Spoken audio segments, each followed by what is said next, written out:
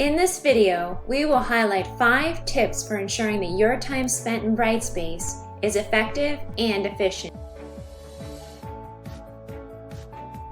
Tip 1. Manage your learning environment. Working on courses remotely can quickly blur the boundaries between academic life and home life. A good learning space is somewhere you won't be distracted, preferably separate from your comfort spaces. Before you dive into your online course content, it is important to be intentional with the environment you are trying to learn in. This can be your kitchen table, desk, or even sitting outside in good weather. Experiment until you can find an optimal space for learning, and when you do so, commit to single tasking. Single tasking involves removing distractions, people, phones, social media, etc., and committing to paying full attention to the one academic task at hand. This will save you time and will maximize your learning effort. Tip 2. Understand your course expectations. As you sit down to begin a course, it is important to understand the way the course is structured and what the expectations of your instructor will be. This includes due dates for assignments, how and when you will participate, and the software programs you will be using. You can answer these questions by reading each course syllabus carefully. Try to think of your syllabus as a map that gives you directions to arrive at the end of the course successfully. Note that online learning has a variety of approaches when it comes to participating.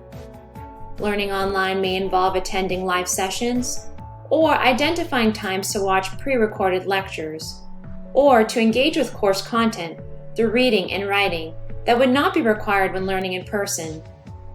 All of these details should be outlined in your course syllabus. Tip 3.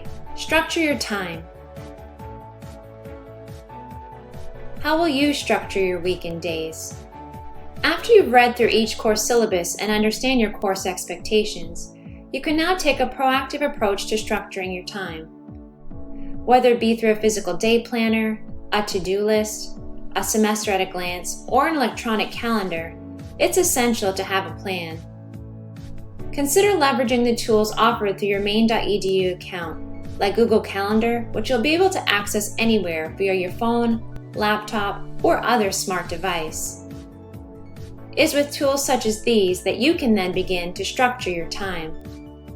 But before you can do that, you need to know that big picture first, and then you can create a weekly and daily schedule, including specific blocks of time throughout the week that you will designate to completing activities and assignments for each of your courses. These may include watching a lecture, reading, taking notes, participating in discussions, writing essays, or taking quizzes. We also recommend updating your notification settings in Brightspace to receive reminder notifications before due dates. You can do this easily by selecting your name in the top right corner of your nav bar in Brightspace and clicking on Notifications.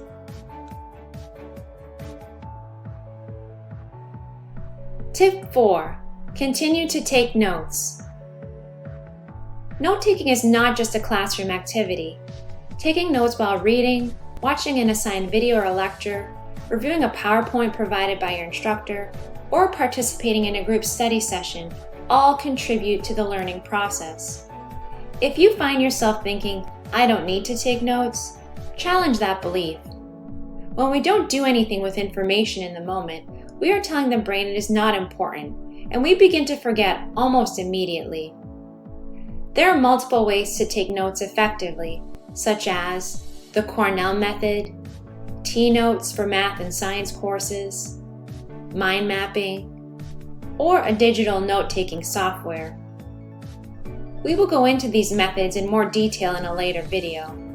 The key is choosing the note-taking strategy that will work best for you. And remember, to make the most of your note-taking, it is recommended to review the notes again as soon as possible, preferably within 24 hours, in order to interrupt the forgetting and help the information stick long-term. Tip 5. Self-testing. Testing yourself is an important part of the learning process. Self-testing can be done in many ways. For example, using flashcards actively, creating a mind map, and my favorite, explaining concepts to others. After you do one of your online tasks, whether it be you completed a reading, watched a video, or were in a discussion thread, later on that day, try to see if you can explain the key points to somebody else, or even write it down in your own words. This will prove if you really do know it and guide you to where you need to focus your efforts moving forward. Self-testing regularly will help you interrupt that forgetting by strengthening your memory and understanding. And that's that. You've now heard 5 tips to ensure that your time spent in Brightspace is effective and efficient. Now it's time to practice these strategies yourself so that you can make the most of your time spent in Brightspace. Click on the link at the end of the video to explore our related Brightspace resources. And for additional information on academic strategies discussed in this video, visit us at usm.maine.edu/agile.